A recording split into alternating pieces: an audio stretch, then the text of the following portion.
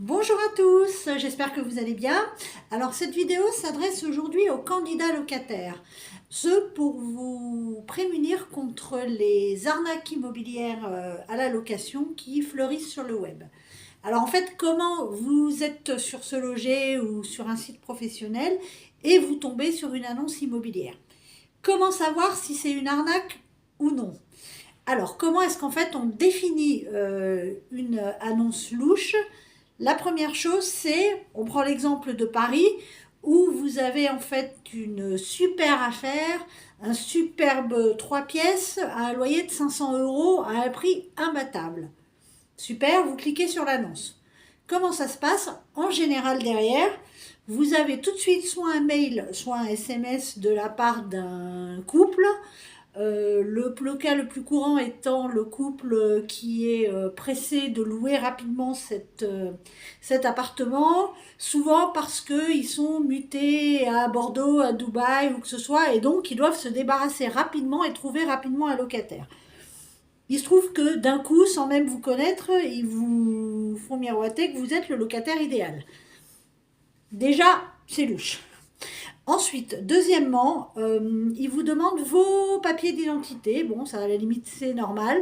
Toujours les envoyer façon spécimen, voire ne pas les envoyer tout de suite. Et ensuite, troisièmement, là où ça devient louche, c'est que en fait, ils vous proposent de verser une somme d'argent le jour de la visite ou avant la visite, souvent en vous demandant soit votre RIB.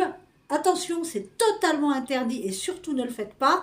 Soit en vous demandant un virement, soit un mandat cash, MoneyGram, monnaie transfert, voilà, quelque chose dans ce genre-là. Donc, deuxièmement, ne jamais envoyer d'argent avant d'avoir visité ou d'avoir signé le bail. Et troisièmement, bien, très souvent, ils vous donnent une adresse prestigieuse, pardon. Et l'idée, c'est que vous rendiez sur place pour vous rendre compte si en effet l'appartement est à louer ou pas, et si même l'adresse existe.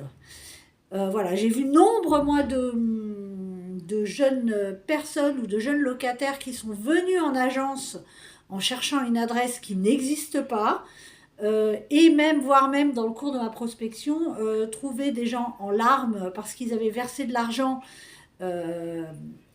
via un virement à je ne sais qui, et réaliser qu'en fait, dans l'immeuble qu'on leur avait indiqué, il n'y avait jamais eu de studio ou d'appartement à louer de cette façon.